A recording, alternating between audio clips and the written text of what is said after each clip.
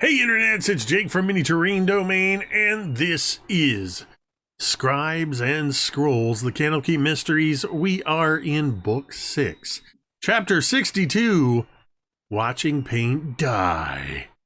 And we'll find out what's going to happen in tonight's episode in just a few moments after a couple quick announcements and then a recap. First up, I just want to remind you, take a look up above M's head. You will see all those little books and the +5. The book club has 9 domain tomes, and they only get those when you, the viewers, subscribe, resubscribe, all that kind of stuff. Tip $5, cheer 500 bits. Type exclamation point domain dice in the chat to learn more about those. And they can use those in-game to do things like gain advantage, reroll, make me reroll, all that good stuff. And you want to see what happens, we just got that little bits there. Boom. Another domain tome. You're welcome, Gary. Sorry, I got distracted because I'm trying to do too many things at once.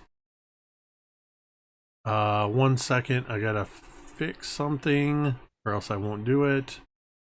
Oh, weird. It won't let me do it, Dwight. While Jake is fixing something, be sure to check us out on spring.com, where we have t-shirts, hoodies, stickers, mugs, and so much more. Spring.com. Just search Mini Terrain Domain. Okay. Thank you. I can stretch that ad out for next time if you want me to. Okay. It's all good. Okay. See, that's what I need to do, is I need to break up the ads and give them to different people. All of our extensive ads that we have here. Mm-hmm. If you weren't here on Thursday for the Dawnbringers, our 18th episode, Echoes of Ash and Flame, you can check out that VOD over on youtube.com/miniterraindomain, as you can with all of our VODs for all of our games. However, if you weren't here, then you missed the announcement that Season 6 is our last full season of the Dawnbringers and will be immediately followed by the final season, which will be a finale arc. And that episode on Thursday, Echoes of Ash and Flame, marks a turning point in the story and the campaign. After more than 4 years of playing, the Dawnbringers is coming to an end. So be sure to get caught up on that and join us on Thursday nights at 8 p.m. for that. Tomorrow night, though, Tuesday, you can catch myself and Dwight, along with our amazing Dungeon Master, Vi, and our friends Nicole, Sarah, and Karen for our bi-weekly campaign, Descent into Avernus, the Road Warriors of Hell. Incredible campaign, absolutely loving it so far. Be sure to join us and check that out. With that, the only other thing that I want to mention before we get into the recap and play some D&D here is just a reminder that you matter. We talk about this before every game because it is something that is important, is to acknowledge the struggles that many people go through. We talk a lot about mental health and everything that goes with that. We've made it easy so that if you're not sure where to go for help, and it can be more than just mental health. The URL that we provide a link to has help services for a number of things, such as domestic abuse and suicide prevention, finding therapy resources, those types of things. So we encourage you, at any point, you can type !help in the chat, as Dwight has just done. Visit the URL findahelpline.com, or you can check out takethis.org's growing list of resources. Bookmark those sites, save them for yourself, save them for a friend, and remember, you matter. With that, I think it's time to play some Dungeons and Dragons. In our most recent session, the book club has been dealing with trying to find their missing friend, little one, who, through their investigations, they found traveled through a portal to a place called the Temple of the Restful Lily. While there, meeting the various elven sisters that co-run this place, you also met a Harper agent who was undercover investigating the disappearance of their friend Silvari Silversong, the owner, or one-time owner, of the Temple of the Restful Lily. While explaining to you his mission and what suspicions he had, a shadow assassin appeared and assassinated him. You brought this to the attention of the owners, who announced you as capable adventurers and asked you to help them eliminate a threat that was lurking in the former shrine to Sune, the goddess of beauty. Going within there, you discovered a Medusa and her stone-cursed statues and her water weird that put you through your paces, turned a couple of you to stone. Togo, the Turtle Paladin, is still a statue in the bottom of that shrine. Vorn almost died, but he got better. While you waited 24 hours for Mizya to become unpetrified from the limited curse from the statues, during that time, a halfling by the name of Marta showed up, a halfling cleric who was also investigating the disappearance of somebody in some mysterious circumstances, and said, "Hey, if you help me, I might be able to help you." You all headed out to the temple, discovering the entire temple had gone dark, except for lights coming from the tower. You attempted to assault the tower and were stopped momentarily, or delayed at any rate, by some gargoyles. Undeterred, you ascended to the roof and broke your way through, hearing presumably the hags scatter.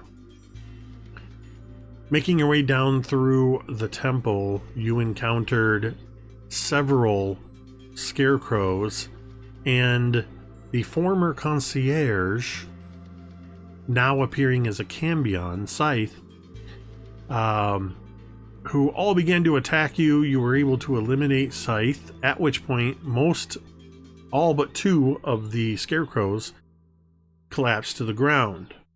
You had already discovered something was odd with a couple of them when they bled. Marta was under attack by one in the stairwell. Teera came running downstairs from the upper floor. Seeing Marta under attack, you drove your greatsword into this scarecrow, cleaving through its shoulder and down into its body. And it has just fallen aside, apparently dead. At which point, the spell that was disguising it to look like a scarecrow slipped away, and you revealed, one, that it was not a scarecrow, but it was a familiar,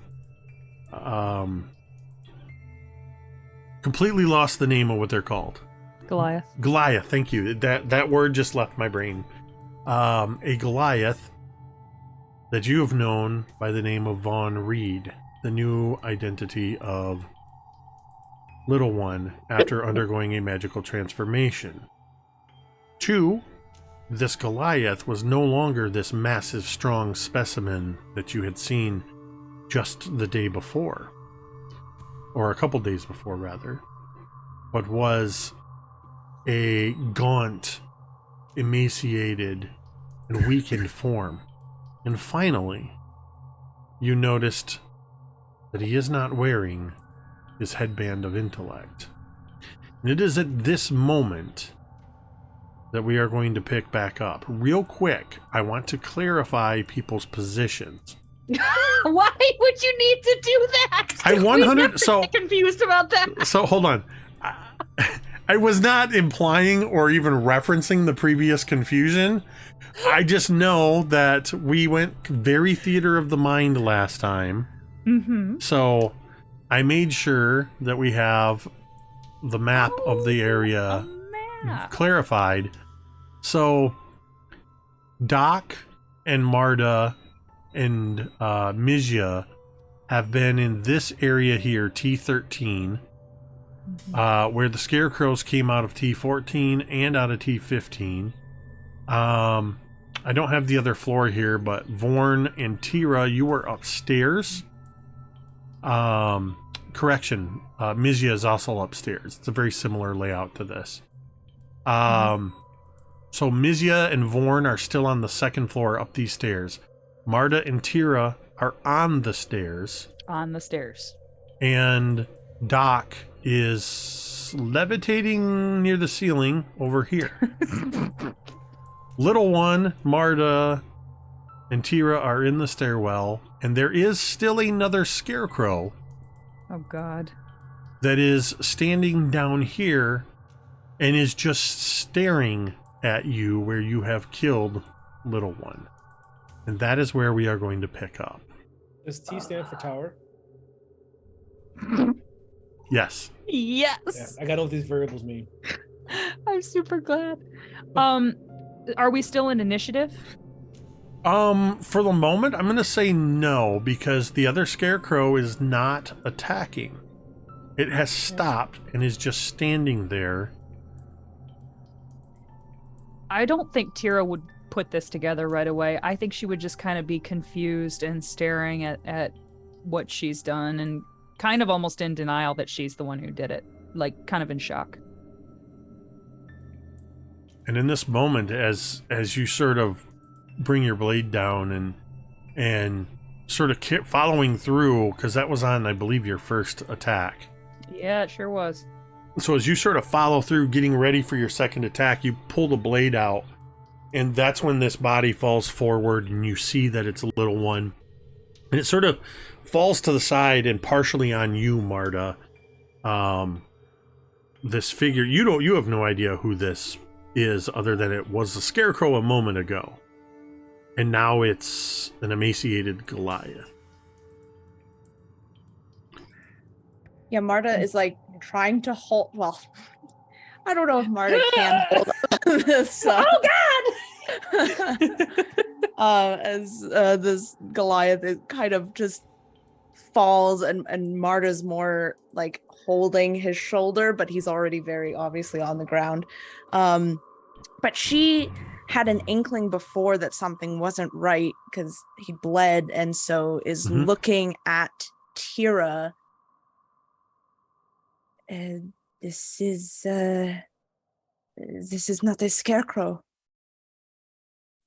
And at this point, Tira's legs would almost buckle, and she kind of like falls like with her back against this wall, looking down at. I assume he's fallen kind of down the stairs at this point.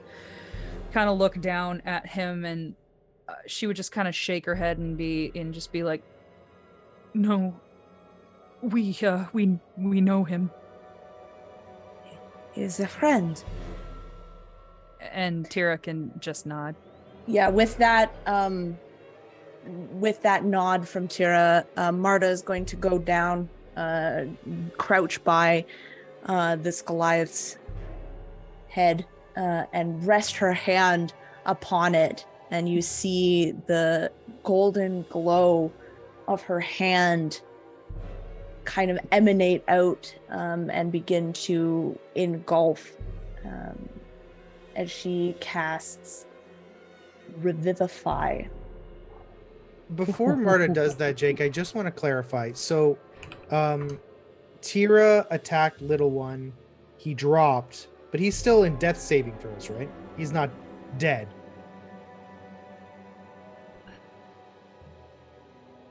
Solid question. I was thinking So- the same thing.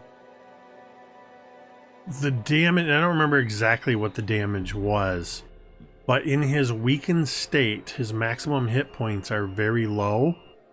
The damage that Teera did was enough to kill him. Yeah, I mean, no. Okay. So no, he was not in death saving throws. So is he dead? Not anymore. Oh, Not anymore. Not a yay! So you cast this spell on him, which restores him to 1 hit point. Mhm. As he's lying there, partially at this point, sort of at your feet, and Teera, you're still sort of standing a couple stairs up over top of Yeah. them. Yeah. As he regains, you see his eyes sort of flutter, and he kind of looks over.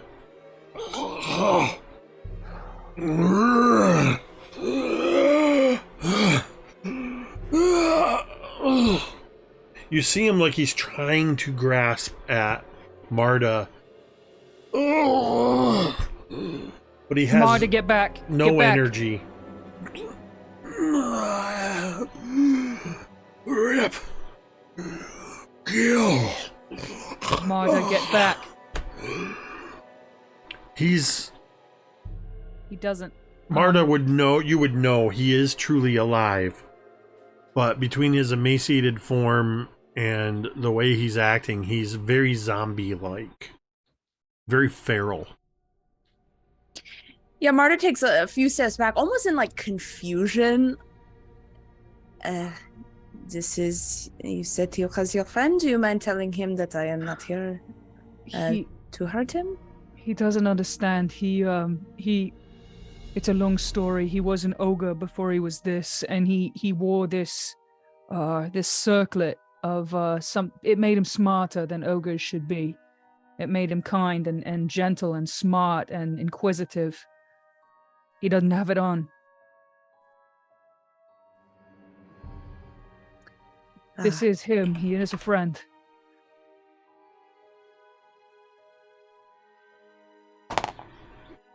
And Teera is just kind of looking at him. He's still grasping towards, like he's trying to lift himself up, but he's so weak, he can't even push himself up to be able to grab at you, Marta. And as he does so, he actually tumbles the last couple stairs.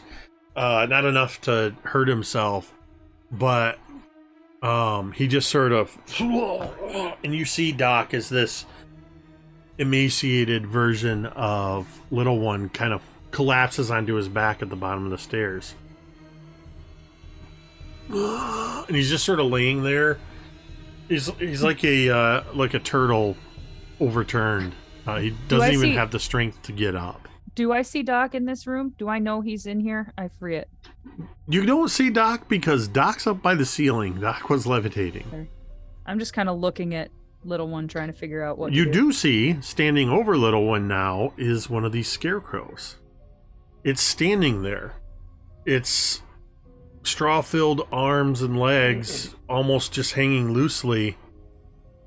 And as it moves, it has this movement where it seems like the lower half of it kind of moves first, then the upper half kind of follows. Oh God! Oh my God! Just a little bit. And it just sort of looks down. You see it looking up at something, Doc. You see it looking up at you. And then it turns towards the door, that door to the left, where that's open just slightly, and a couple of the scarecrows came out of there. It faces that door, does an about face, and very slowly starts trying to move towards the front door that would lead outside of this tower. Wow. What do you do? Teera would call for the others. She would kind of shake her head and try to like snap herself out and be like, Mizya, Vaughn, Doc. She would just kind of call out for them.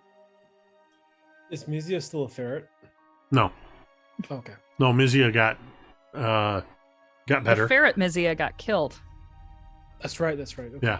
Got better by getting hit. I think got hit by something and then was no longer a ferret. Mm-hmm. Pop. Back to Mizya. And Teera would just kind of like grab her sword, which has fallen to the steps, and then like put it back in her sheath and be like, Mizya, Vaughn. And she would go back up the stairs and start to. That's their ship name. Teera. Go back up the stairs and look for them. Teera, Marta, Doc. Actually, Doc, no, because you can't see. Well, no, yes, Doc. I want you to do this too. Teera, Mizya, and Doc. No, not Mizya. Dang it. Everyone but. Thank you. Everybody but Mizya and Vorn. Perfect. Make a perception check. What? Get down. Perception, investigation, or just perception? This would be perception. I got a 6. dirty 20. 4. Dirty 20. Who got a 4? I did. Okay. And Marta? 6. So, Teera, Mhm. as you look down at your sword before you sheath it, you look down at this sword that you just ripped this big slash ripping through little one. The blood is still on the blade. Mhm.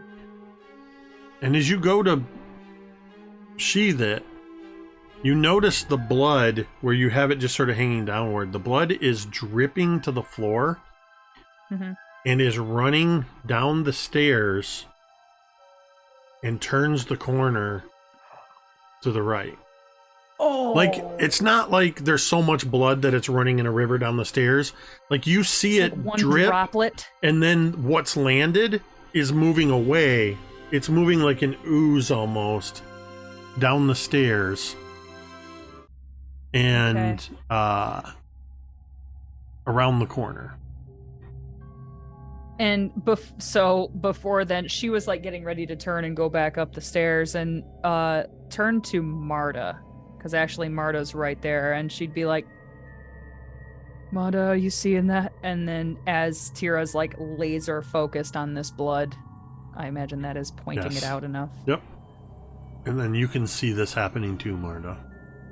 Yeah, Marta turns. Oh, that is very interesting, she says, as she like is kind of crouches down a little bit, looking closer at it. She's gonna start like following it as it turns. Wait, hold on. Wait for the others. It could be something dangerous.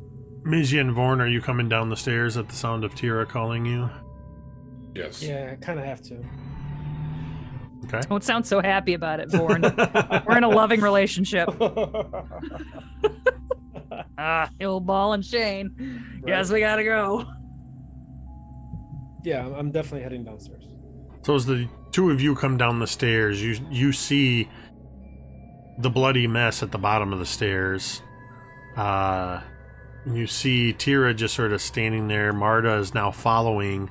And Doc, you now see, as Teera's pointed this out, and Marta is now following it, there's still blood like staining the stone, but most of the blood is moving.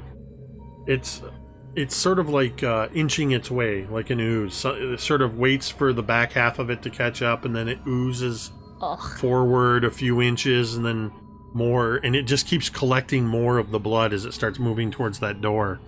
Is there a bucket around or something? A bucket? Yeah, I just want to put a bucket on top of it. God. There would not be a bucket in this particular foyer of the tower.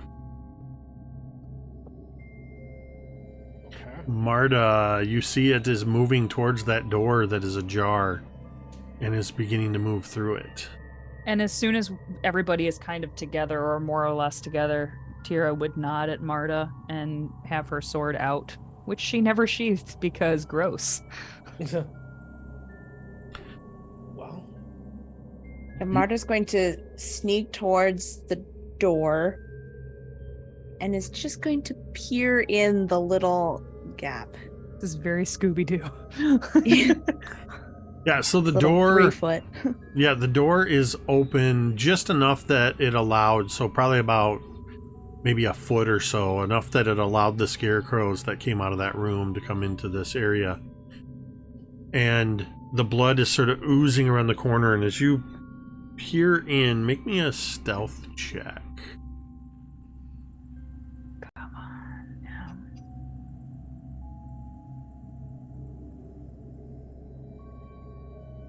I have faith in you, Em. I was trying to see if there was any halflingness that makes Clap me... if you believe in fairies / halflings. For some reason, Google thought that I was talking to you. Okay. That's 18. You very carefully sort of peer around the corner into this room. You can see with your dark vision that this room is, and as a reminder, everyone has dark vision granted by Marta. You're looking into a space that in shades of dim grays and blacks, you see a room that is half the size of this tower. It takes up this entire other half. You can make out some segmented sections of the wall where curtains are set up, and you can just make out the rectangles of what appear to be paintings hanging in sections of the wall. Curtains are sort of framing them to draw attention to them. You also can see the forms of a couple of easels that have been set up that also have canvases on them, but they're turned so that what's on the canvas is away from the door. And you can see a few other shapes in here. There's some shelving that has numerous jars with paintbrushes, complete sets of paints. There's a few what look to be blank canvases stacked against one wall. There's a few seats. It almost looks, it looks like a painting studio. There's places where a model might sit. Somebody having their portrait painted would sit. Stools in front of these easels. And you can just see, sort of slipping into the darker corners of this space, you see that blood sort of oozing around towards a jar that is lying on its side on the floor.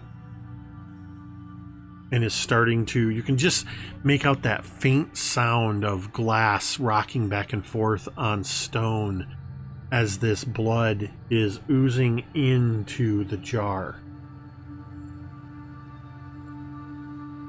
All right. Marta's going to Marta's going to sneak back to the rest. It looks like there are some painters. There's some easels and paints, and maybe the most troubling thing is the blood was going towards a jar. That's it, though? No other scarecrows? No hags? You hear the front door open as that scarecrow reaches towards it. It does this awkward move where you see it almost like throw its arm forward, and it seems to like grasp at the door, almost like it's hip checking it.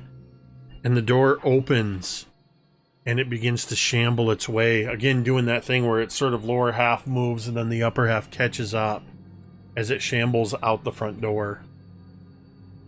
As it's shambling out the front door, Doc is going to try and lasso it with a rope. Okay. Yeehaw! Make a ranged attack using your dexterity modifier. Wow. 10. I am going Oh, to... Going wait. very slow. Oh, that's fine. 10. Yeah, 10's fine. I'm going to see. I am going to give you advantage because you're still levitating and you're basically throwing the rope from on high. Got a good angle. That was worse. You almost get it. You almost throw this rope around it, and it doesn't even notice as the rope just sort of hits its back. Make a perception check. 0. You Okay. go blind. The rope hits it and sort of slides down its back into the floor, and it doesn't even seem to notice Okay. as it shambles out. Well, where did the hags go? We heard them. We heard them through the roof. They disappeared. Marta, what did you see in the other room? There were some easels and some paint, and the blood was going towards a jar. Oh, we should probably investigate. Indeed. It is a mystery. And Teera would kind of like wink at Doc and kind of gently move past Merida down, or Merida. Like, if you could change your fate. Marta down the stairs. I'm having a hard time with names tonight. And go towards the door. I'm gonna go towards the door. All right. As you go into this room with your dark vision, you can see the same thing that I described, this studio. It's very dim in here as there are no lit light sources. It's completely relying on your night vision, your dark vision, to be able to see in here. Mm-hmm. So none of you are seeing the like super detail. But yeah, you can see this studio, and there doesn't appear to be anybody in here. Doc will advance into the room as well. Yeah, and Vorn's going to be following behind. So the painting that's closest to the door, where there would in theory be the most light streaming down from the stairs, what does it look like?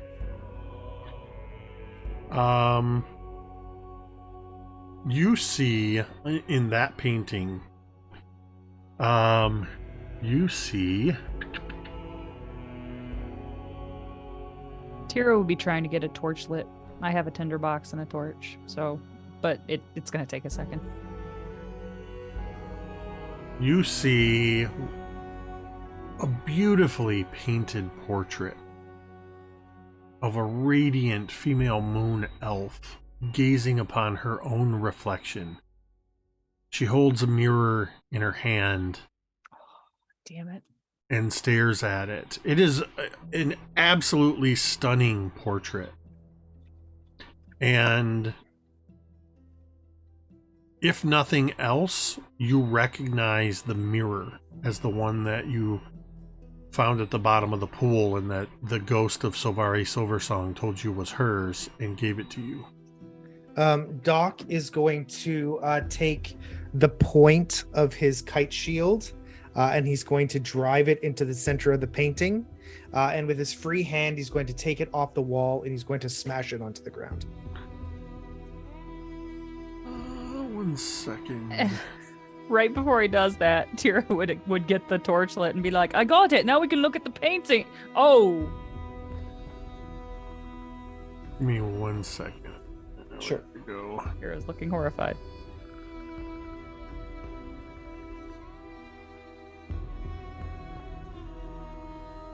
Bad So feeling you need about to, this. if you're going to try to destroy this painting, I need you to make a strength athletics check. Snap it. So strong, yeah. Sure. 15. As you slam the point of your shield into this painting where it hangs on the wall, You feel the shield collide with the painting, and you feel that sort of reverberation of metal on stone. The painting seems to sort of stretch to meet your shield, and as the reverberations come back through, they continue upward through your arms and into your mind. You are going to take 17 points of psychic damage. Okay. Ooh. And so Would what was Go the ahead. athletics check for, just to see if I could destroy the painting with my shield? Essentially, yes. It's not about can you do it with your shield, it's about can you destroy it. I see. Would Doc recoil from that at all? Or not really? Okay.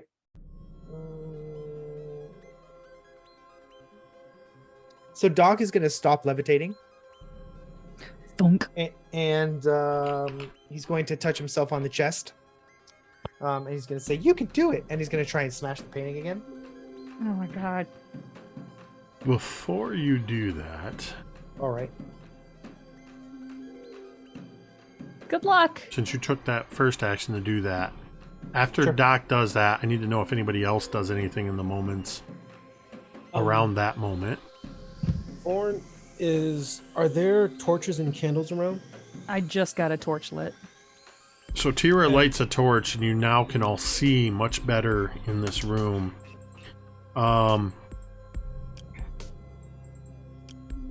Does any... No, I don't... None of you have this.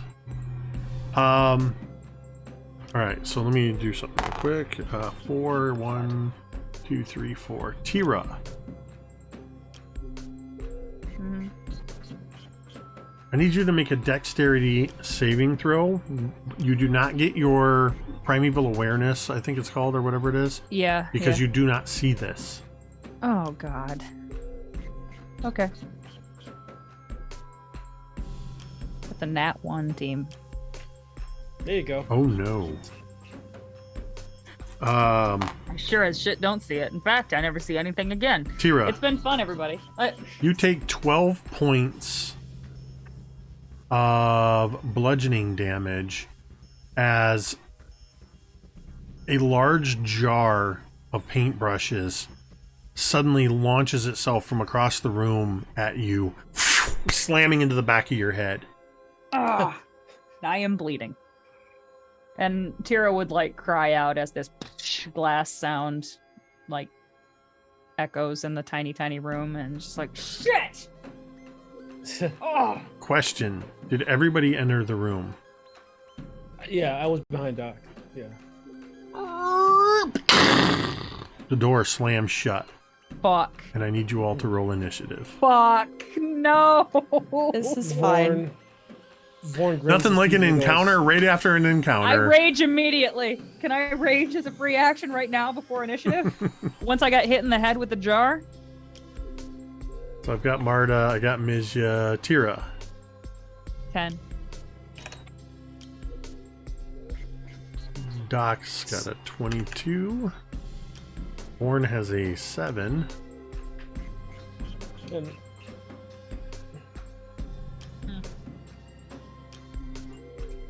I think this is the first time I've raged twice in one Doc. long rest thing. you're gonna Yes. be exhausted. It is your turn. You can do something else or do what you were going to attempt to do. Okay. Did we see where that came from? Nobody saw it because Okay. I rolled stealth versus your passive perception. Sure. Someone legit just. So is the room just basically like there are curtains that have the paintings on the inside, and that's it? There's just paintings on the walls and there's an easel? There's paintings on the walls. There's at least 2 different easels that are facing away. So the paintings are facing away from the door that have canvases on them. There's a few loose canvases leaning against a wall. Sure. Paint supplies So- everywhere. This looks like your typical college or high school art studio, art class, more or less. Sure. So Doc is going to This is a better idea. So he is going to walk over to the canvases that are facing away from the door, and he's going to look at them. All right, left one or right one? Left one would be closest to the door. I don't have enough movement to look at them both. That's a good question. Oh yeah, absolutely. This room is much smaller than I remembered. Okay. So, when you get to the first painting, Yeah. He said with glee.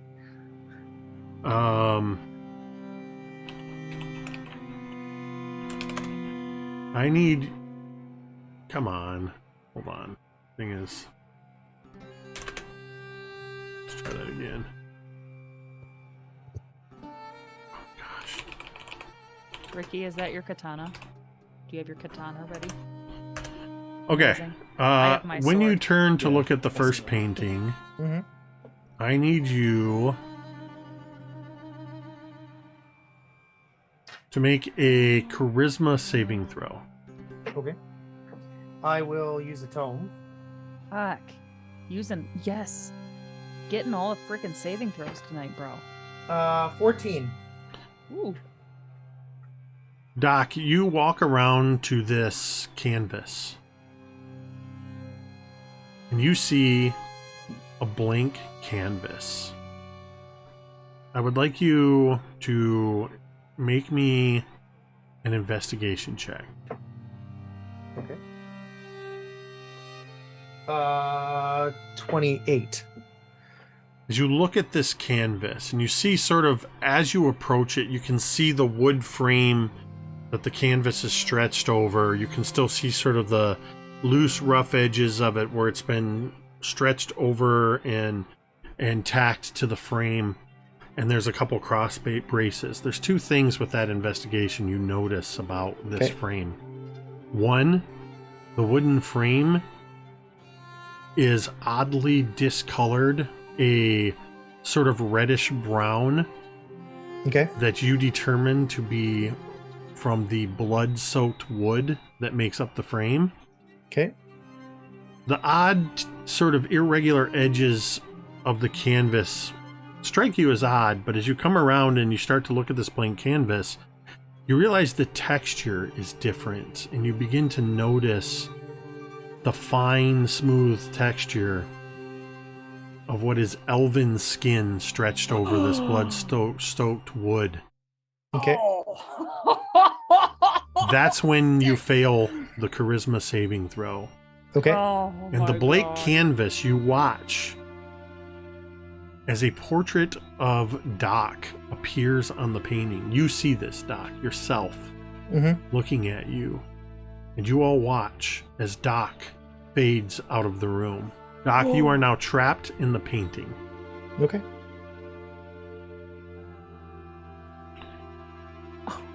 Do we see Doc on the painting? Not yet, because the painting is, the back is to you. Oh, God. Well, Let's see. Uh-oh. Okay. TPK tonight? Shut up, Ricky.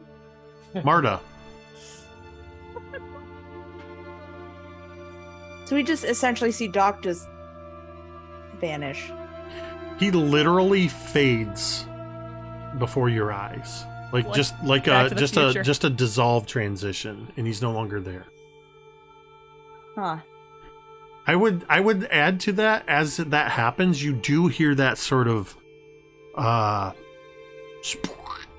this sort of wet sound, like as if somebody spilled a globule of paint on the ground. Dang it.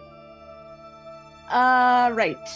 Marta is going to go over to where Doc was. Because What's over he doesn't here? know. Why not? No. This Why would seems you? fine. Yeah, Marta's just going to not walk to where Doc, but angle herself so that she can see where he was standing.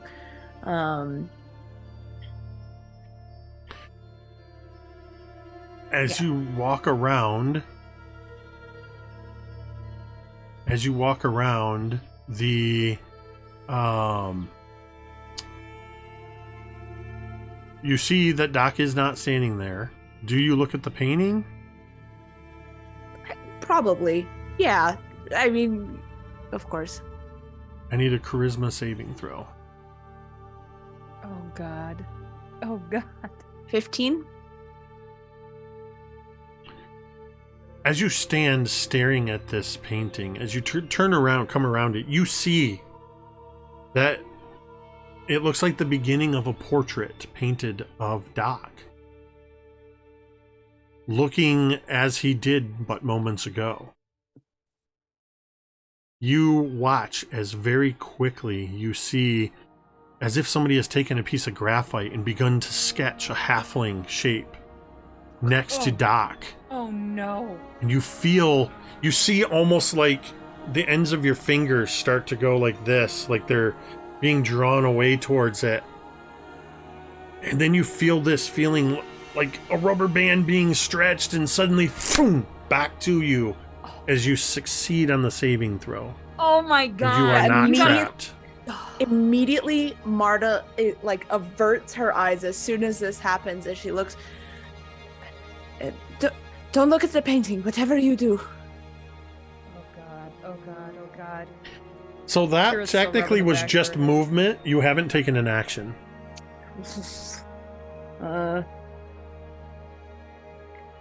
Without looking at the painting, Marta is going to.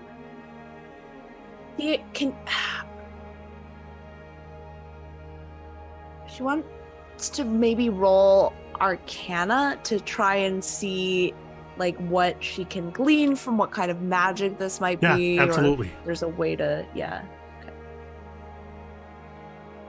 Yeah, an Arcana Uh, check would be perfect. Okay, that's a 12. You've heard of this type of magic that can imbue things to trap a person. The more common form of this is a mirror.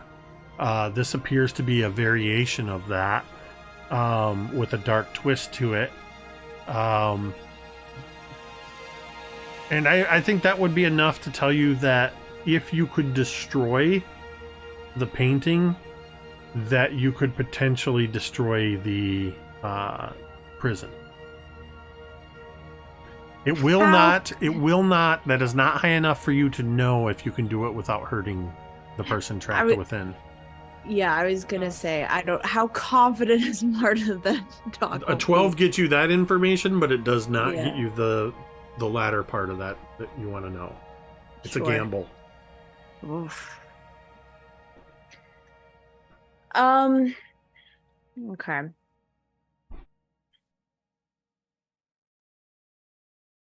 Yeah, Marta is going to say to the others, I think that in order to get Doc out, we are going to have to destroy the canvas, but I am not sure if that will harm Doc in the meantime. I'm more Would- interested in destroying whatever fucking threw that jar at my head. Would Sorry, I Mizya. would I know anything about this spell from my studies or the painting? I've come across this at all? You could also make an Arcana check, or a History check, or you 24. could go with that 24 Really good. Arcana check. You had a Mizya. That Arcana check would tell you, with what Marta just told you, that you are confident that a life-trapping mechanism like this, or magic item like this, unless you know the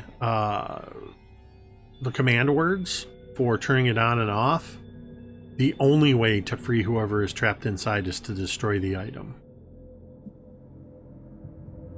And you're fairly certain that it won't hurt the person inside. Okay. Sure. You are 85% sure. I take a minute. I look down at the painting. I pull out one of my books from my satchel and I kind of leaf through. Yes, I do believe I've come across this. I think we will be okay if we destroy the thing first. I'm not 100%, but I unless we know the command word, I don't know how we get Doc out of this thing. Elsewise, Well, I ain't gonna hit it. You saw what happened when Doc did. It just bounced off, and Doc's a big, strong guy. Vaughn, am I bleeding? And I would lean over to Vaughn, who's getting a kiss from the good girls. I need Marta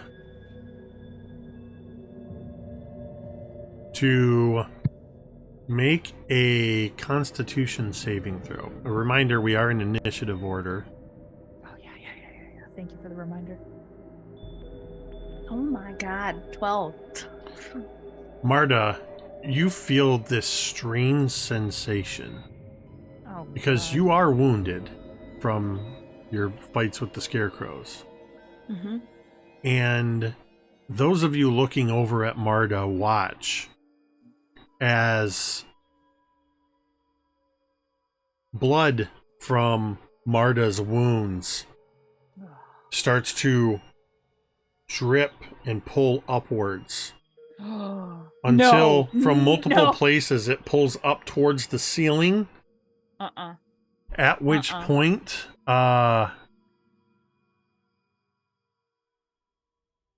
Marta, you are now blood puppeteered. What is it with you and blood marionettes? You have a thing. Ironically, this is the exact same stat block from the Mythos game. It's like, oh, blood marionettes again. Classic Jake.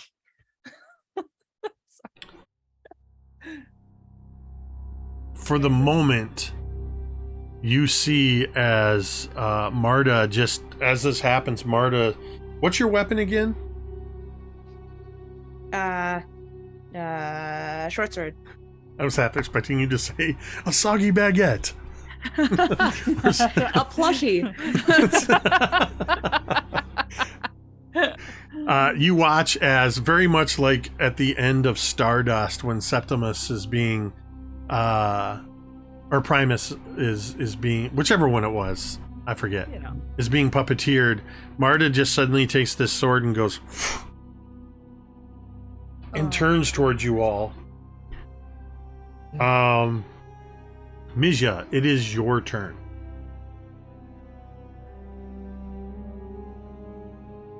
and I've just watched this. Marta is now. You can clearly see the blood rising up, and it looks like the blood is pooling along the ceiling, and it is basically puppeteering Marta. Okay. Oh shit. And I'm going to just shuffle back, because I'm still pretty hurt. I'm gonna just shuffle to the back and cast mage armor on myself, and that'll kind of getting out of the way of Marta, and that'll be my turn. I will say, for the purposes of your action, because I was controlling you last session, you could already have mage armor up. I feel like that's something you would have done previously. Okay. If you still want to, if you want to cast a different spell or something. Okay. Yep. Let me fix that real quick, and then I'll throw the slot on here too. Okay. Then yeah,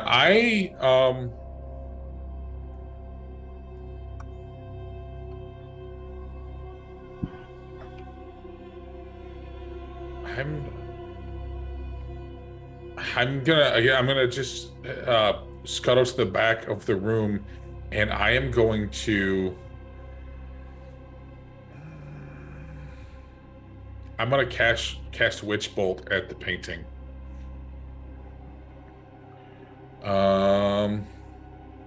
What is this? 16 to hit? You launch your electrical magic across the room at this painting. It strikes into the painting and seems to absorb, playing across, arcs of lightning dancing across the surface of this stretched elven skin.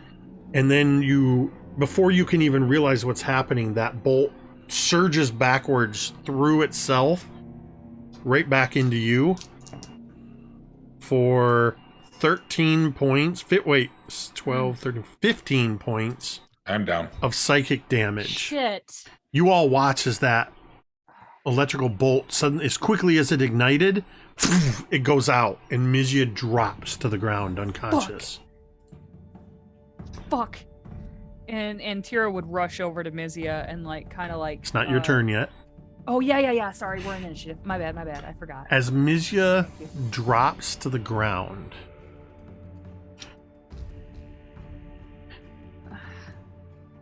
you hear all around the room. Oh god. Okay. You're not as powerful as you thought you were. All it takes is to bolster your confidence, and how easily you succumb to your own hubris. Now, let's see you succumb to my magic. And Hate it. Teera. I hate it. Yeah. I need you to make a Constitution saving throw, as out of one of the corners of the room, seemingly from one of the literally what looks like a coat rack with a couple of cloaks hanging from it, a black beam of energy springs outward towards you. I'm gonna go ahead and do this with advantage. Okay. Oh, thank God. I'm so smart. Okay, that is a 23. This enervating energy strikes into you, and as you turn towards it, you just brace yourself for this, and this energy seems to hit you and sort of just ripple across you, almost like electricity, and then it just sort of and dissipates, and you hear that Yeah. as you have avoided a spell. Cool. That's one. Can I have done the cool thing like they do in anime where they go and get blasted back about 5 feet? Sure. That's what I want to have had So happen, that please. is that spell. Vorn, Yes. from slightly to the right where the other painting is, there's a stool where an artist might sit. Oh. You watch as you hear some arcane words being spoken From the stool. from the stool. The stool makes a slight movement, a shimmer, and you see what looks like a pool of molasses across the surface of it. And I need all of you. Well, I guess that would just be Vorn and Teera. All of Vorn and Is it Teera. just Vorn and Teera? Vorn and Teera, I need you to make a wisdom saving throw. Ay. Wisdom is my best thing. Here I go. Nat effing 20. Teera is the wisest bitch in this room. Teera coming in with the clutch saves. That's gonna be a power 8. Teera, you feel this something is trying to root you in place. Vorn, Oh. you feel as if you are stuck in that place between waking up and sleep paralysis. My favorite. And you now have a -2 to your armor class and to your dexterity saving throws. You lose all reactions. On your turn, you can either use an action or a bonus action, but not both. And you can only make one melee attack per round, as you are now slowed. Is it my turn yet? Not yet. Okay. Ooh, this bitch. This time you hear from over on the wall where there is a shelf, and all of these jars of paintbrushes and paints, and from that shelf you see as some of the jars move, and you hear another voice speaking out.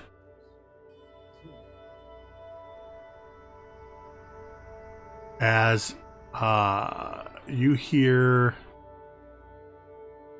the vocal arcane words that seem to drip with just the vile intonations of them, and you feel a darkness creep over your body, Teera.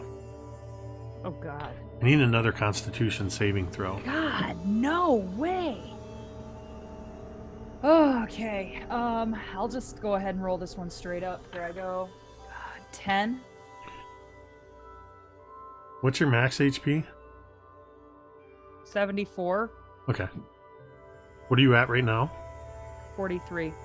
Hold on a second. What's going on? To make sure you guys can see my I don't dice like all rolls. this number chat. 1, I'm having to 2, do. 3, I'm 4, off the clock. 5, 6, 7, 8. Teera, you feel this cold, dark energy wash over you, and you take 45 points of necrotic energy. Teara's And down. your skin begins to... You see your veins under your skin rising to the surface, and traces of black through them.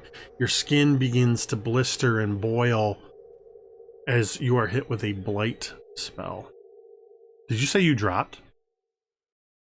Yeah. Okay. Teera like goes to one knee and then eventually just like kind of like crumples like a rag doll after seeing this, and it's horrific. The daughter of frost and shadow falls. Teera, it is your turn. I need you to make a death saving throw. Wait, I just realized. Hold on a second. Mizya, you're down, right?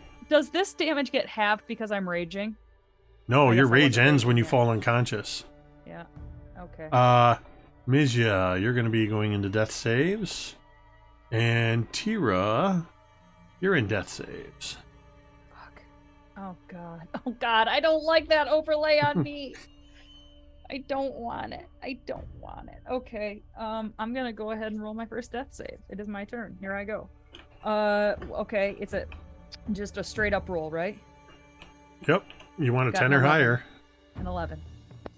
Okay, that is your first success. Vorn, it is your turn.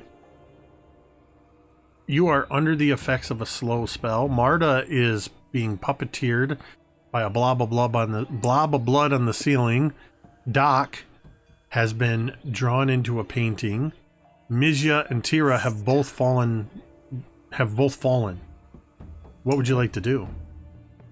So the blob of blood is puppeteering Marta, correct? Yep.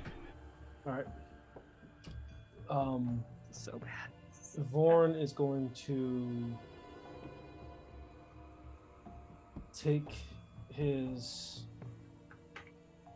Queen's Hand katana and force throw the blade up to the ceiling towards the blob of blood to try to break Marta from the puppeteering.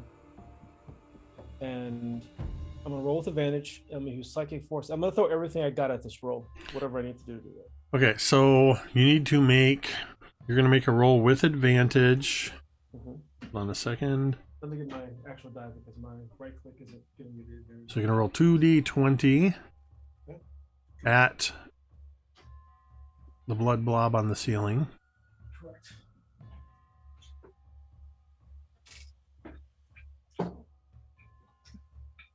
All right. And I want to use like psychic kinetic force if I can to direct the blade into the blood. So that'll be, I forget how your psychic abilities work. It works with 100% success and a nat 20 All the time. There's certain things you have on your psychic. Yeah, let me see.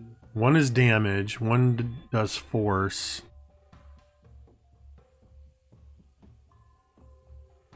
Just want to make sure you apply the right one at the right time.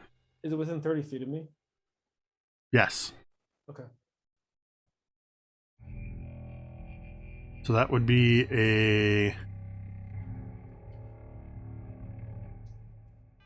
psionic strike would let you deal extra damage to it. Do you want me to roll to see if I hit first? Then we can So yeah, we're resolve gonna roll damage? 2d20, add your attack bonus.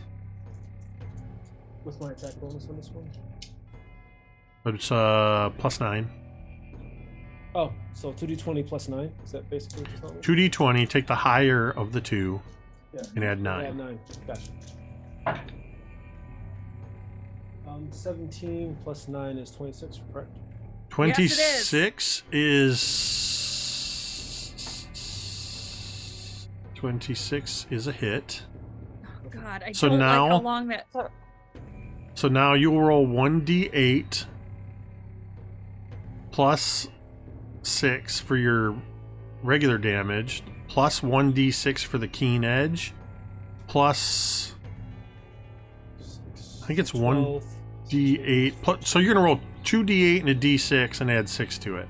God damn. Get it, Ricky. All right, so Get 2d8 aboard! Plus 6. Alright, so I roll my. Alright, I'm gonna start over. Roll 2d8. 2d8, gotcha. Here's the first one.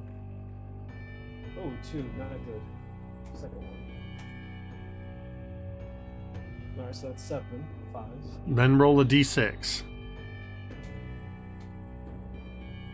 3. So that's 10. Now add 6 to that, so 16. Marta, you take 8 points of damage as the damage is transferred half to you and half to the blood puppeteer. We are fucked.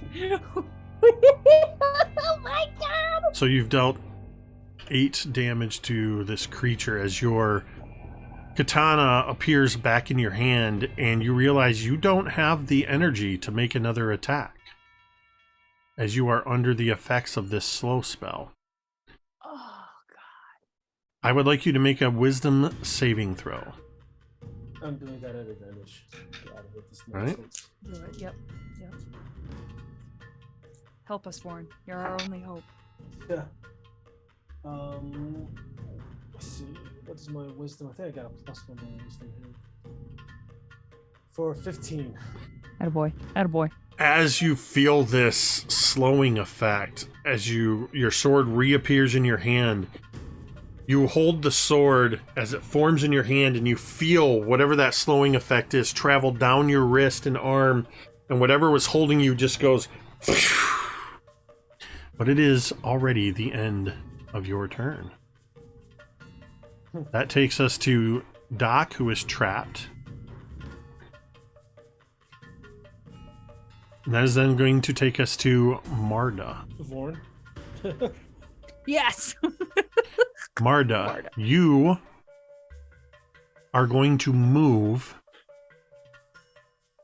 in a jerky fashion as you are being controlled by this ooze that's gliding across the ceiling. Your own blood sort of forcing you to move across the room. I would like Cari to roll me a d6. Don't want to have a hand in whatever is about to happen. After you roll the d6, I will tell you what it's for. Oh, good. That makes me feel better. I got a 4. So 1, 2 means that Marta attacks your body. 2, 3 means that Marta attacks Mizya's body. Wait, that's not right. Mm-mm. Wait. 1, 2, 3, 4 would be Mizya's body. Oh god. Marta, you move over to Mizya's body. And I need you to make an attack with your short sword on Mizya at advantage because they are prone. Does a 15 hit with your mage armor? That misses you? Oh, yes. You're muted? Wouldn't. Hold on. Would mage armor still be up if I'm dead, if I'm down? Oh, no. Well, yeah, it's not concentration. Wouldn't it?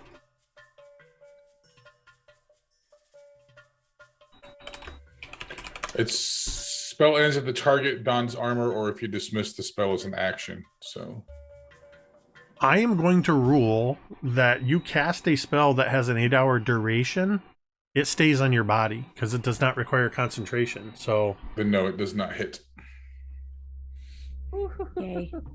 So in this jerky fashion, you bring the sword down towards Mizya, and where it appeared, and you are a helpless passenger in this. You're seeing the actions you're taking. Oh. It drives into what should be right through their ribs. But Mizya is a very slight figure under their robes, and your sword connects with Like, the stone floor instead.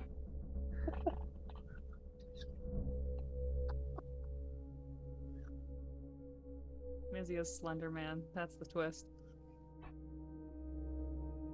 Do I not get to? I just don't get to make any saving throws. That's what I'm against checking this? real quick. Okay. I am at like probably something. You're just this way forever. This is Marta now. This is it. This is It is. I feel attacked a little bit. I'm not gonna lie. It is. Sorry, you do get to make the saving throw at the end of your turn. Okay. Okay. So, yeah, that's a Constitution saving throw. Okay. Come on, bud. I'm gonna roll with advantage. At you. Smart. Wow, we don't have many tomes. No, I don't. Everybody, chat, help. That's a 17. Yes. That seems good. DC 20. What? Describe how you break free of this blood puppeteer. Yes. So I imagine this puppeteer is holding Marta up, and you see Marta kind of like scrunch her face up like she's concentrating really hard as she immediately begins to shake her head, and from her hair comes dragonflies, these golden dragonflies that come and begin to land on the blood and almost like sever through them as it disconnects as they travel through and disconnect Marta from these bloody strings, and Marta falls to the ground, now finally released from this. As that happens, half of the blood strings that were holding you to this, they just fall like liquid and splatter on the ground.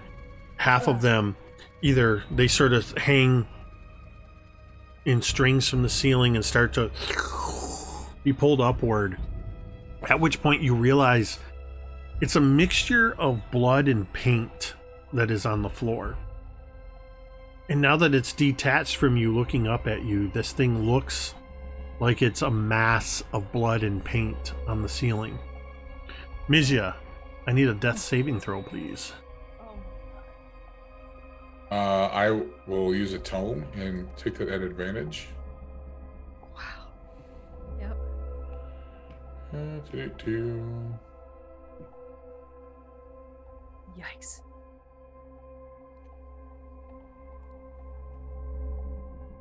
It's a 21. So that is a successful death saving throw.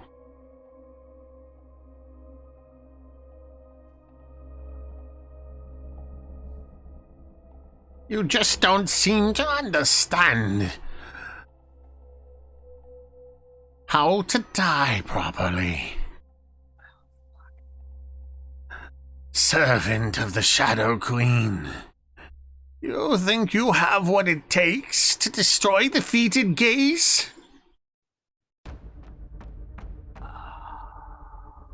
Vorn. Can I figure It's out not your what turn this yet. is? This is. Sorry, that pause is.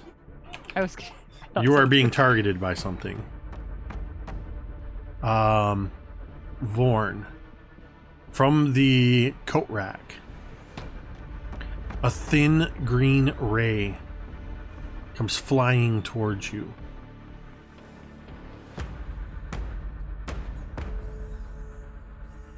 I need you to make a dexterity saving throw.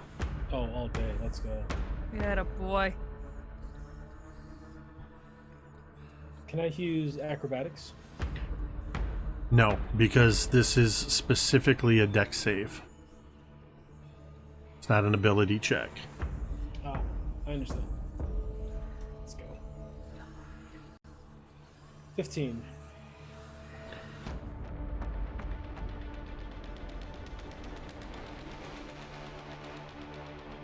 I need to see on a failed save.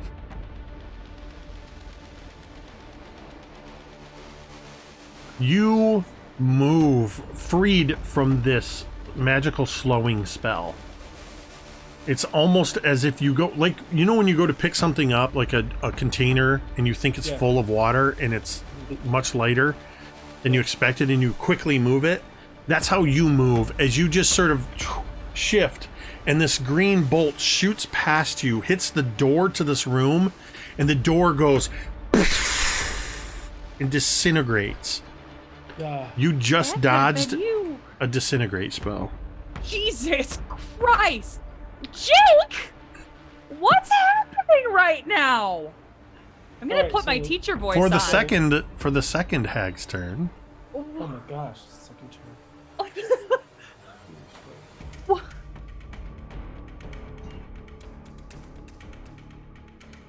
What are you doing? There's right two now? hags in here. Do you know the consequences of what you're doing right now? from the stool that tried to slow you, another blast of energy comes towards you, Vorn. I said you are to die. And you need to make I believe it's a con save. Fucking kidding me.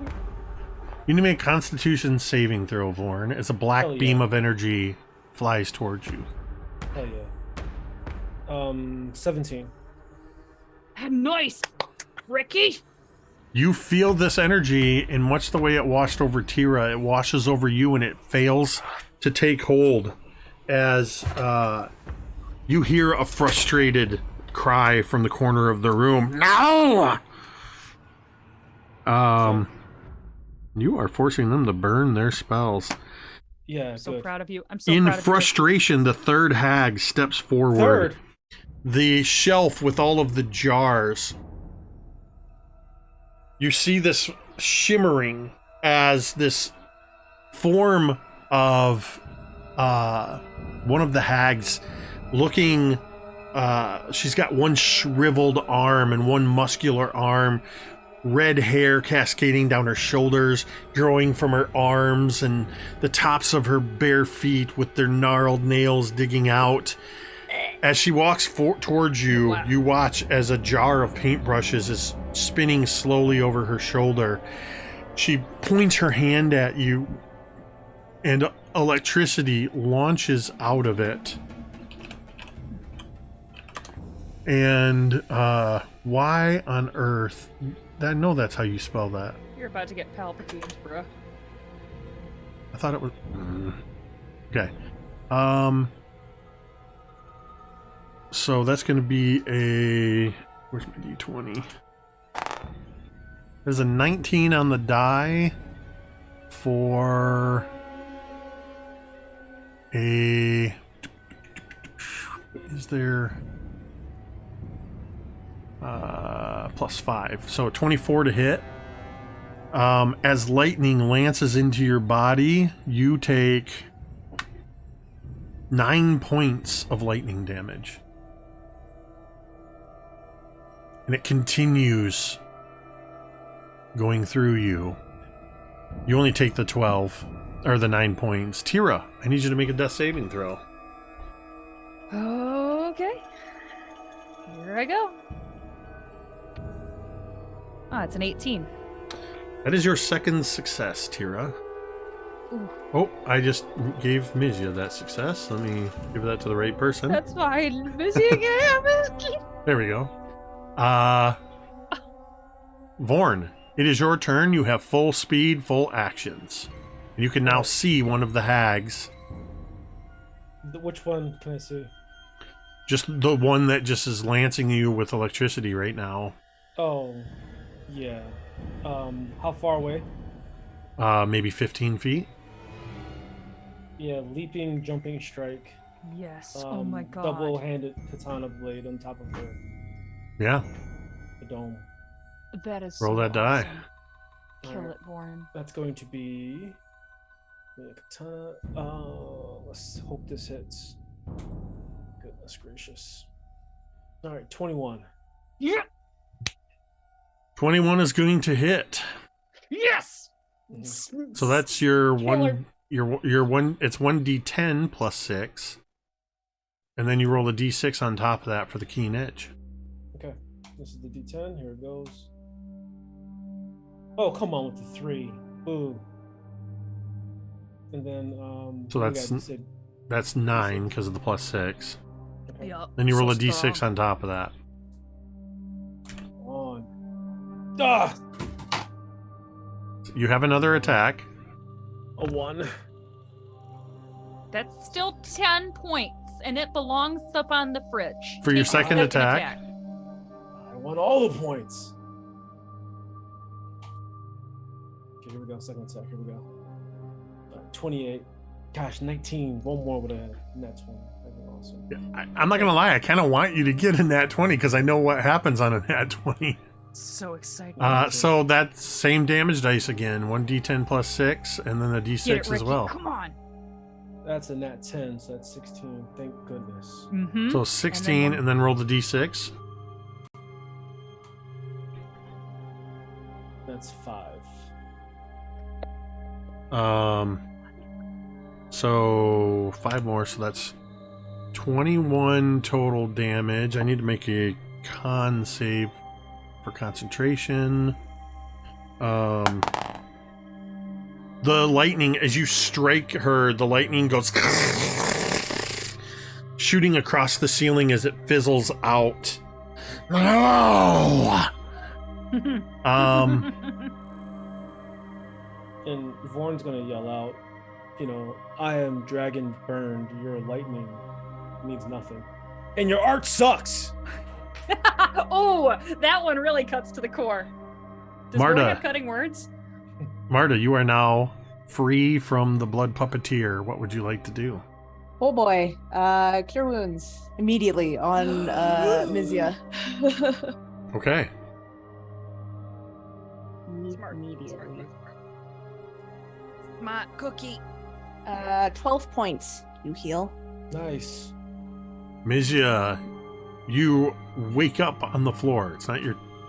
Actually, unless Marta's going to do anything else, it will go immediately to you.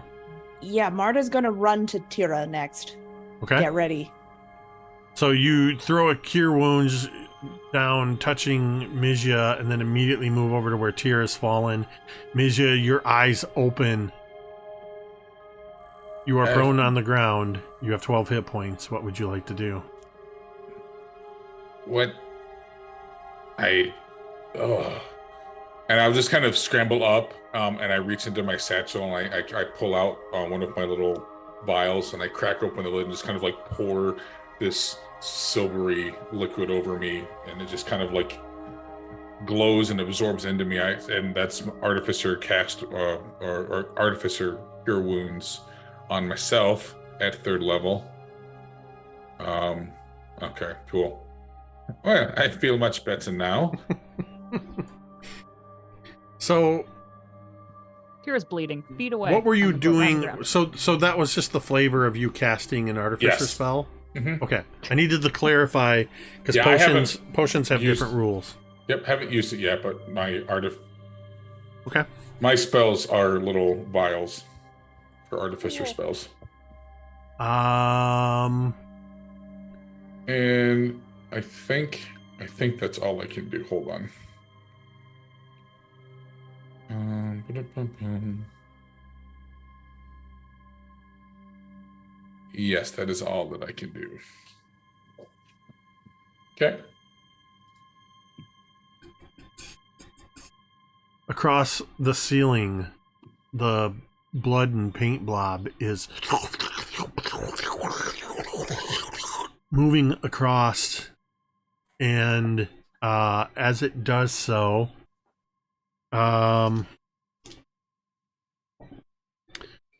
Vorn, it's going to target you Don't let it.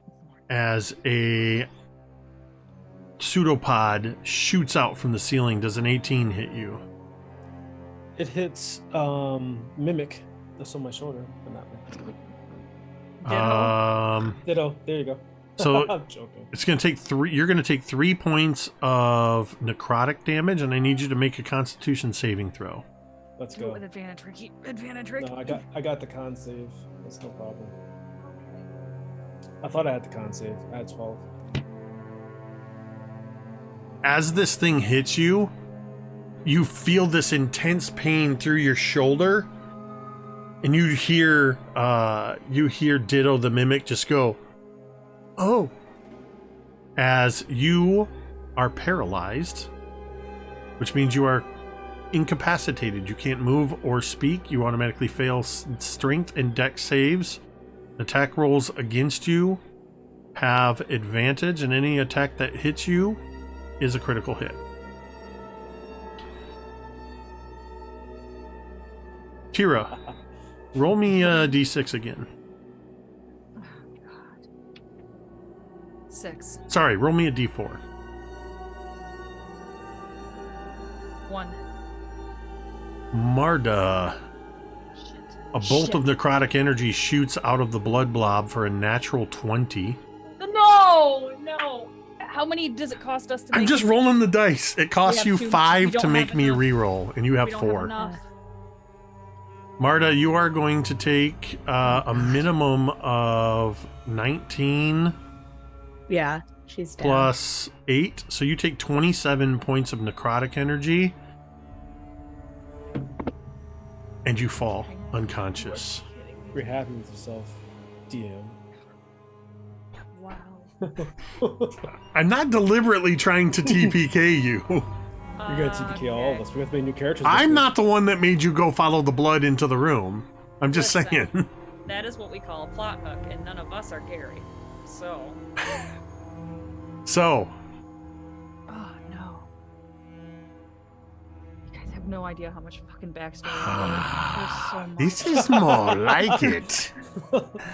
This is more like it. Fuck you, dude. Oh my god. the stool over by the one painting, and one of the other hags steps forward where she was disguised, and the coat rack, you see the cloak just sort of remove itself as it pivots, and the third hag steps into the space. Well, sisters, it appears as though these adventurers have met their match. And Hate it. I gotta get a dead man's trigger. let's see. You seem to be a capable wizard when you're not unconscious. Join us. Mizya, I need you to make a wisdom saving throw. If you have anything that helps you against being charmed, such as advantage, you can use that. One of us. One This of us. is awful. This is awful. This is the worst thing.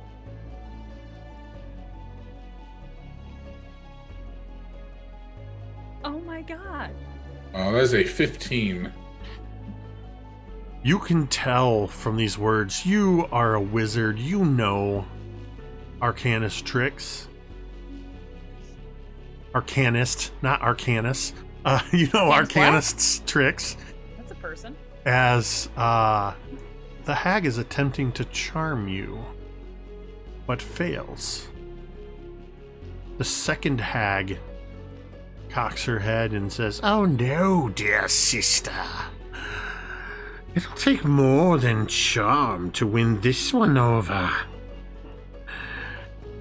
We must assert our dominance. I need you to make another wisdom saving throw No, versus a charming I don't effect. want dominance. I don't like that. As the at second all. one is attempting to dominate you.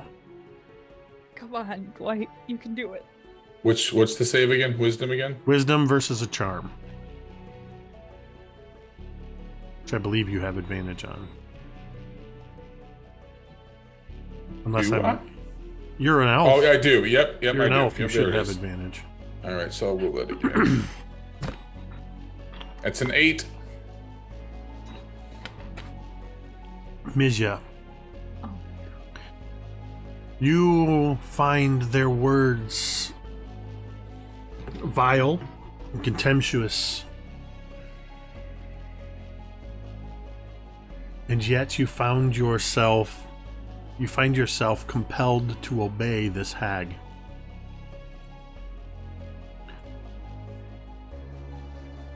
Excellent. They are under our control now. Let me open this just to double check. They basically can give you simple commands. They can also use their action to take full, precise control of you, which would give you, which would give them more options on what they can do. You are dominated unless you take damage, in which case you get to make the save again.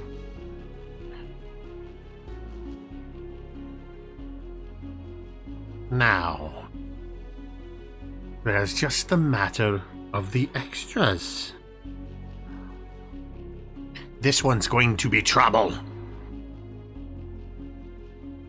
Vorn, Yes. I need you to make a Constitution saving throw. Listen, excuse me. Bless Sorry. you. Bless you. That's a nat 20 is what he said, Jake. Yeah. Let's see. All right, that is a dirty 20. That is a save. So you will only take half of 8d8 damage. 8 d8. You will take 21 points of necrotic damage 8. You rolled 8 d8.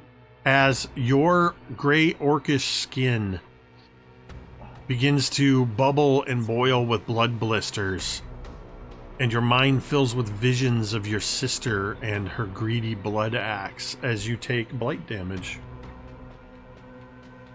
Are you okay? Are you asking I Ricky told- or me? I'm asked. I don't care about you at all. I got Teera. 21 Ruckus, points. of are damage. you okay? I'm sorry. I'm Teera, Vorn's not going to be nearly as handsome as he Yes. was before. but- I need a death saving throw. All right, I will. Man, come on. That is only a 6. That is a fail. Boy, the death saving throw overlay is really getting some use tonight. Everybody, Jake, he made this for Vorn. us. Yes. Am I still paralyzed forever? It is your turn. You are paralyzed. Can I Let punch out of it? Can I me save out of it? let me double check that. I think you're just stuck. Oh my word. Paralyzed. So you I think I'm trying to remember what hit you. Okay, it was the necrotic bolt, the necro bolt. Or no, it was the pseudopod. No, you are paralyzed until the start of this creature's next turn. So Oh my you lose your turn essentially. Marta, I need a Can I death. say something? No, you can't speak when you're paralyzed. Ooh. goodness. You feel as though your mouth has been sewn shut. Marta, death saving throw. 14. So that is Good job, Em. 1 success for Marta. Thank you. Infinite You turns now for feel stuff. at this moment, you feel, Vorn, it's not your turn, you can't take any actions, but you feel the paralysis leave your body. As the blood and paint on the ceiling, it's moving across the ceiling slowly, positioning itself above Teera. As it does so, you hear, No! The daughter of frost and shadow is to be untouched. and it freezes Oh, in place. No. Mizya. Okay. It is your turn.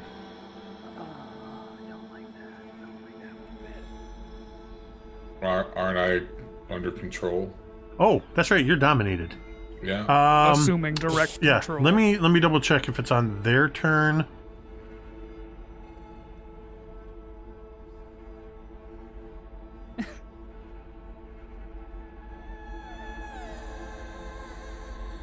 This music always reminds me of The Shining, my favorite horror. So, in your mind, definitely Mizya, you hear a voice that says, and it is very much different than the audible voices you've been hearing.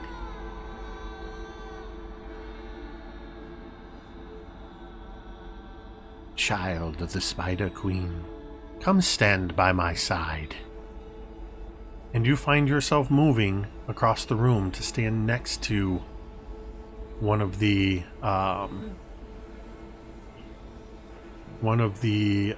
hags. You find yourself standing next to this thin, pale hag with long, matted black hair that has the bone and teeth all through its hair. And so that's your turn.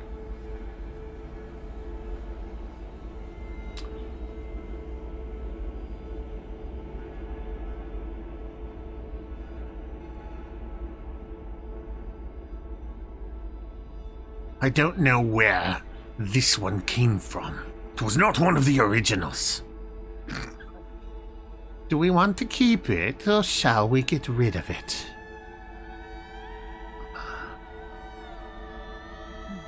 It's awful small, sister. I don't see it being much use. The hag leans down towards the unconscious Marta. Sorry, little one. Oh, girl. No. Rolling with advantage. No. Will M have the first person to have two characters out of here? That is a 23 to hit, which is an automatic Listen. crit. Which means, Marta, you take 2 failed death saves as the hag reaches down and just sinks their claws into your stomach.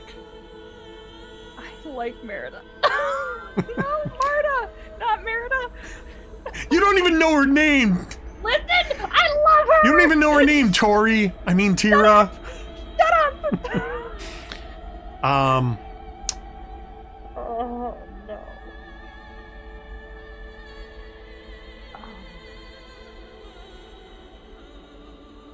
we must secure. Wait, I gotta see if I can do this.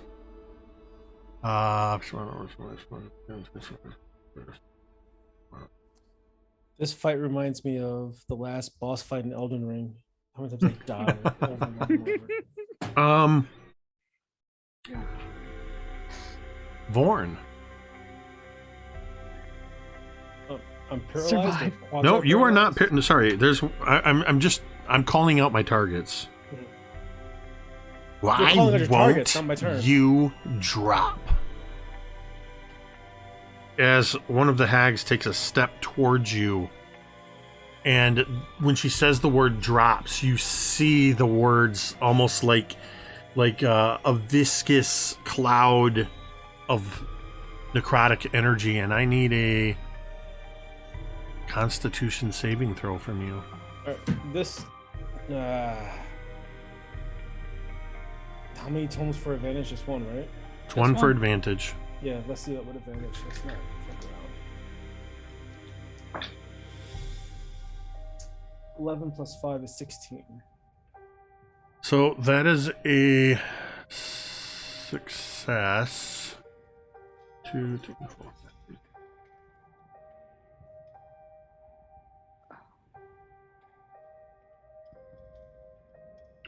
Vorn, you take half of 49, so you take 24 points of necrotic damage. Yeah, Vorn's head just explodes like. But you're not dead. No. You're not dead. No. You just fall unconscious. No, I got the that back up on 1 point. Orcish tenacity. Oh or yeah. whatever it's called. Do you just get to spring back up automatically? Yeah. Just goes. Okay, Giant so asshole that I am. Vorn, you get this again, these blood blisters bursting all over your body as you drop to one knee. But you don't die. Mm-hmm. Blood is leaking from your ears, your nose, your eyes. Mm-hmm. As you look up, and you can see it infused with this necrotic energy as the third hag walks towards you. You are much too difficult to kill. Or are you?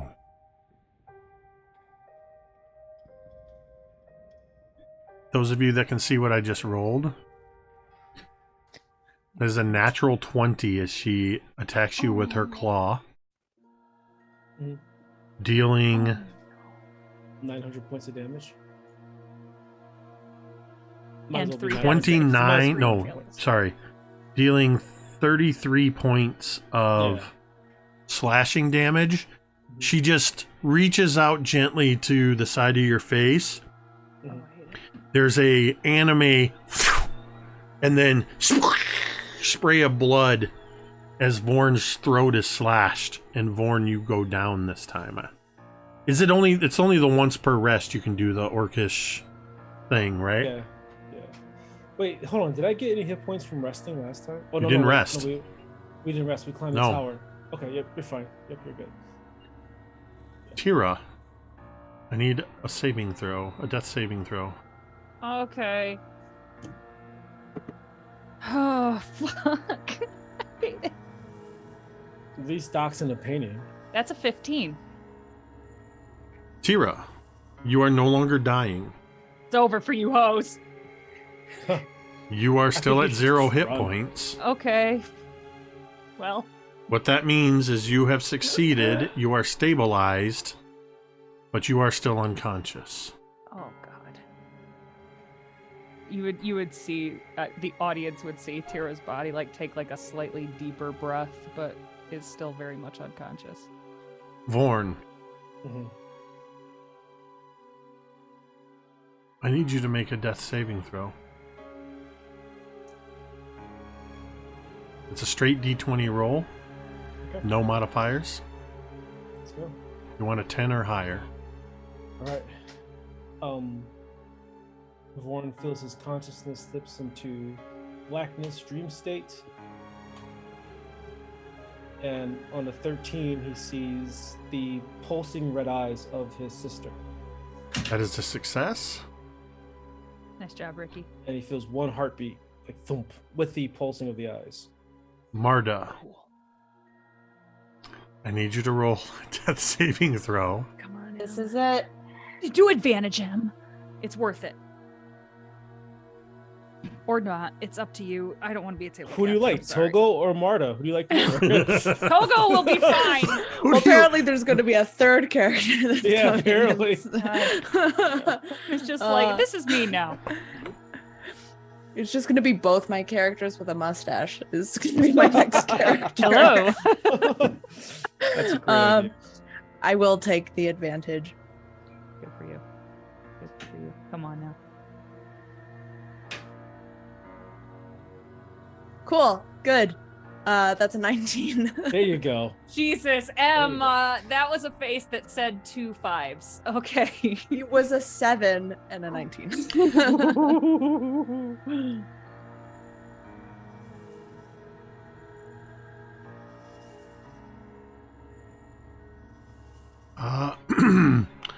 Mizya. So, Doc is imprisoned. The other 3 are unconscious.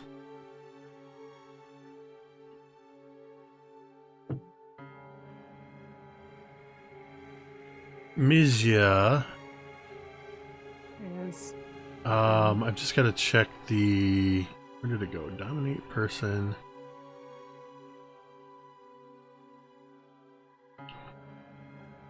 This is so bad. Do you have a spell slot to cast Tensors?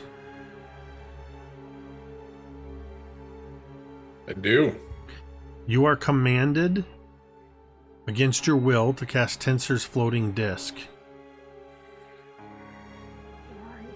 As the hags command the Necrocore, the blood and paint blob, to use its blood puppeteering to lift each of the unconscious folks onto your Tensor's floating disc.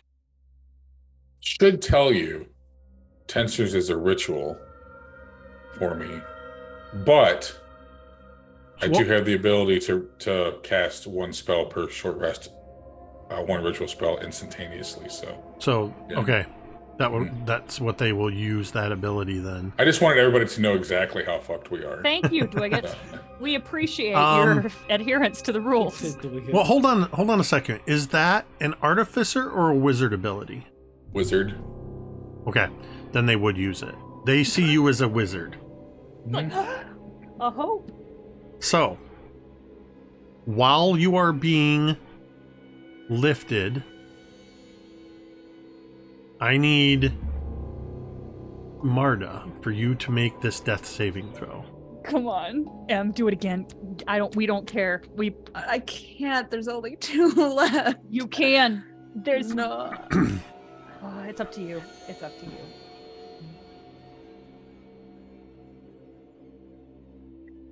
I'm gonna use it, but I'm gonna gift a sub. To make Bless your heart. See, so then it doesn't count. That's my philosophy exactly. Use because I'm a big cheater McCheater. So. No, you have big person. The you metatomes are allowed. Yeah, there we go.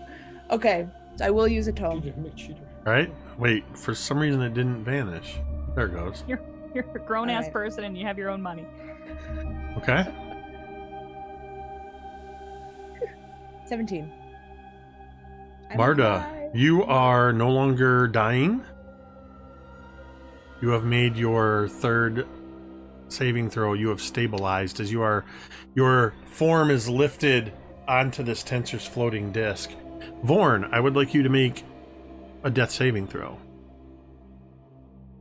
I'm gonna roll this one.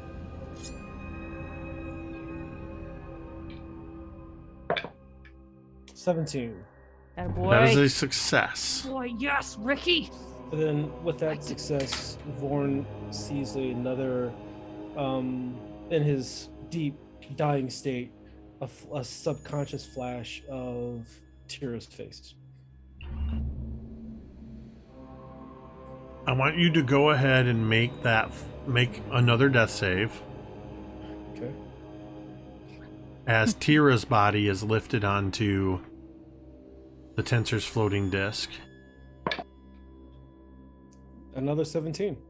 Wow, ruckus when it All counts. right. I could take a picture of it if you want, because I don't We roll that trust high. you. I'm not used to rolling that high. You never mind telling us when you roll low, so I So- think we trust you. Roll high. In this moment, Doc is imprisoned in a painting. Marda, Teera, and Vorn are all unconscious and have been placed on Mizya's tensor's floating disc. As Vorn's unconscious body is placed on the disc, Mizya, you hear the hag speaking. We have them all. Grab the painting. Grab both of them. We will take them all with us and figure out what to do with them next. Oh my god. It is good that they are still alive. They may prove useful.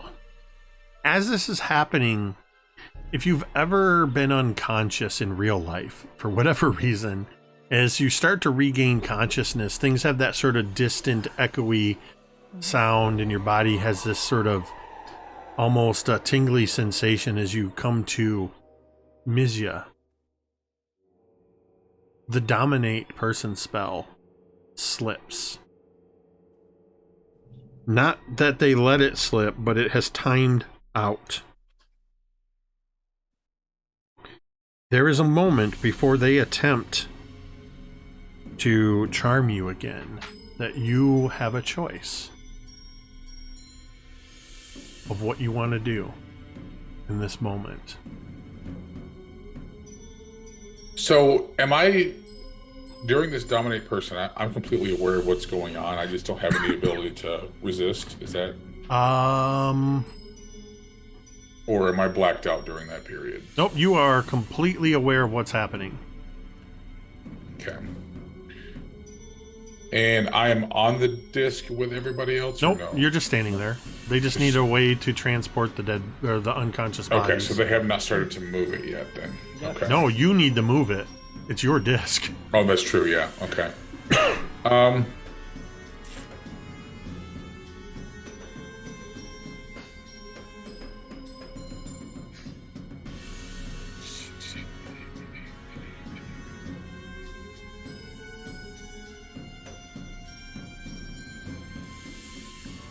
I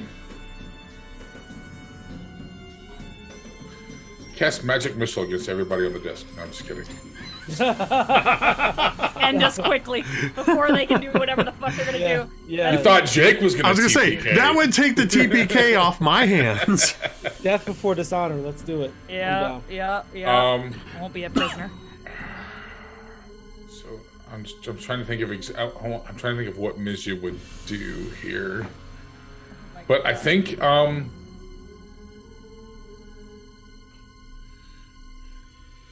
how long do I have? Like I have full action before action movement. You basically Like have what? a full action to decide what you're gonna do. Mm-hmm. Basically, at this point, because they're actually, at this point they're all unconscious for at least an hour.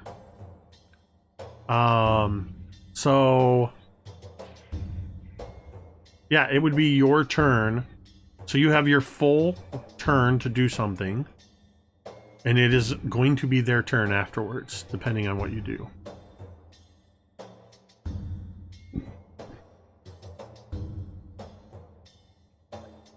Would I know that they would know that this spell has slipped, correct? They'd be aware of that? Yes, you know that they would know that the spell has timed out. He looks at me as I look at I him. look at him, and he looks at me. In fact, the hag that cast the spell at you as it falls, just as the three of them are discussing this, one of them has walked over to grab a couple of paintings. She just looks over at you as if waiting for you to make a decision of what you're going to do.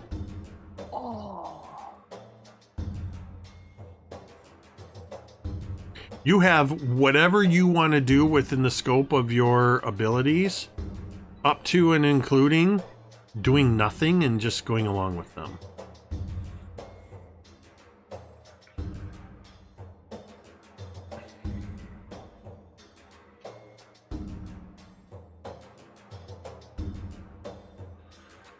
Oh God.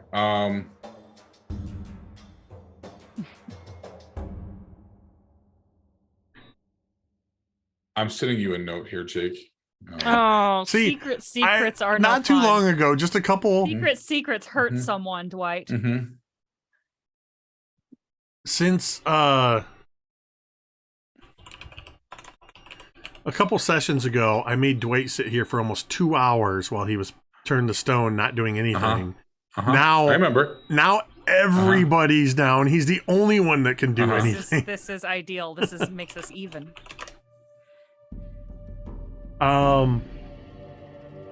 Yeah. Yeah, do that and let me know. Let me just check. While these two are having a secret conversation, Sorry, be sure to check us out on spring.com.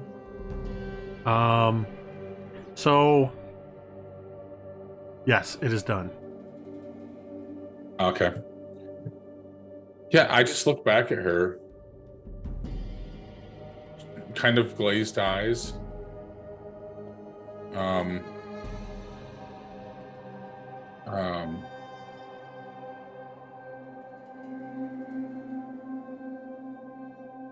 Yeah.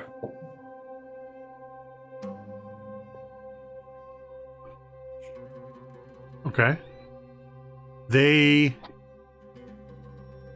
gather up the last of their stuff.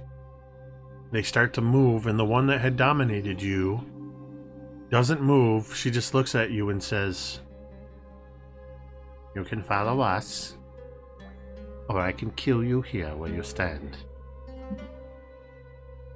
Well, that doesn't seem to be that wouldn't be a very smart decision on my part, now would it? I seem to be at your mercy. So, Follow shall them. we? As you turn and follow the other two, the hag moves up to walk alongside you. We see the hags walking through the doorway, out into the foyer, and outside into the courtyard, where the sliver of the moon is high in the sky. In the moonlight, as the slightly glowing Tensor's floating disc carries the unconscious bodies of Marta, Vorn, and Teera, and the three hags of the Fetid Gaze travel towards the Temple of the Restful Lily, carrying the paintings, the one unseen painting and the painting with Doc trapped inside. We see a faint flash of moonlight reflected off of glass as a potion bottle slips in amongst the bodies, guided by an invisible hand. Very subtly and silently, blending in with the sounds of the night, the cork is popped. And the warm healing elixir, the healing potion, is poured into Teera's mouth. And that is where we're going to end tonight's session. Oh, shit. Okay. Gary, I don't know if you're still out there. It's over for you, hoes. Somebody ping Gary. I will. I did not set out to have a TPK. As much as it looked like I might have, I did not decide to follow after a fight into the room, follow the creepy blood. You did. Oh, stop. Stop. Don't act like that wasn't a plot hook. This was not. I didn't say it wasn't a plot hook. You didn't have to take the bait, is all I'm saying. Next time we're in town, Teera, we gotta buy like tons of potions. I have to tell you A 6-pack. that this was probably, it just comes on the heels of last Thursday's Dawnbringers games. Something has changed in me, and I no longer worry about whether or not I'm going to kill players or characters, I should say. Good. Very good. My dark side And smiles. this went both better and worse than I could have hoped for. So Yeah, you literally had like 3 heavy bosses with 2 health bars, along with a minion to fight as well. That's and you all did a total of about 30 points of damage amongst all 4 enemies. Jesus. Well, well, yeah, because we were paralyzed. We were in Does paintings. that count the 16 points of damage I did to myself? Right?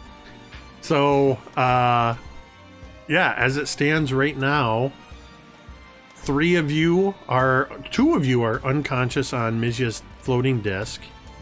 Teera has just regained conscious. Roll that 2d4. I assume it was a regular healing potion. Mm-hmm. Roll that 2d4. Actually, you know what? This is part of a homebrew rule that I'm easing in, because that would have been a careful action as opposed to a bonus action. I'm going to allow full healing from that potion. okay. 8? What is that? So it would be What's that? 10, 2d4 plus 2. No, plus 2, yeah. Mm-hmm. So Teera, you are up 10. Okay. Well, that puts me at 8. I was at -2. No, there is no No. negative. Then never mind. I'm at 10. You're always at 0.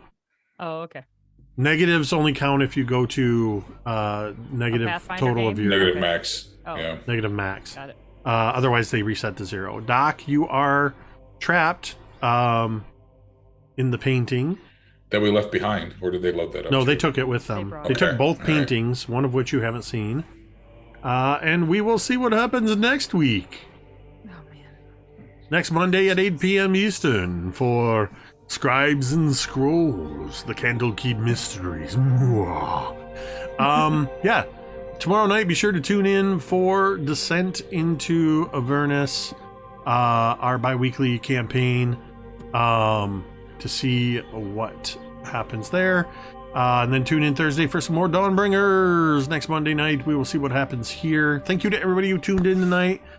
We got some new people that stopped by the channel, so thank you for the follows and sticking around in chat. We hope you enjoy the show and come back to see more stuff. Thank you to everybody who cheered, donated, subbed, all that stuff. For the first time since we started this campaign, they are down to 1 tome. So only you can make that number go up. Or you, the players, as you are wont to do with your subs and whatnot. Thank you to anybody who was lurking silently in the chat, following along with us. We appreciate you so much and hope you enjoy the show. We are going to send a raid over to the first name that popped up was our good friend Tildeloo. Looks like they're playing some Phasmophobia, Gary's favorite game. So we're going to send a raid over to be sure to tell Tildeloo that the MTD crew sent you. And if you're not following him, give him a follow. Tildeloo's got a pretty cool chill stream. Is a very dynamic personality, friend of the channel. So with that, I want to say a huge thank you, as always, of course, to my amazing players who I'm so lucky I get to play with this group of people every week. Thank you, Gary, Cari, M, Dwight, and Ricky, without whom it would just be me talking to myself for a couple of hours. With that, we're going to go ahead and end the stream the same way we end every stream, and you can say it with me if you want. Richard.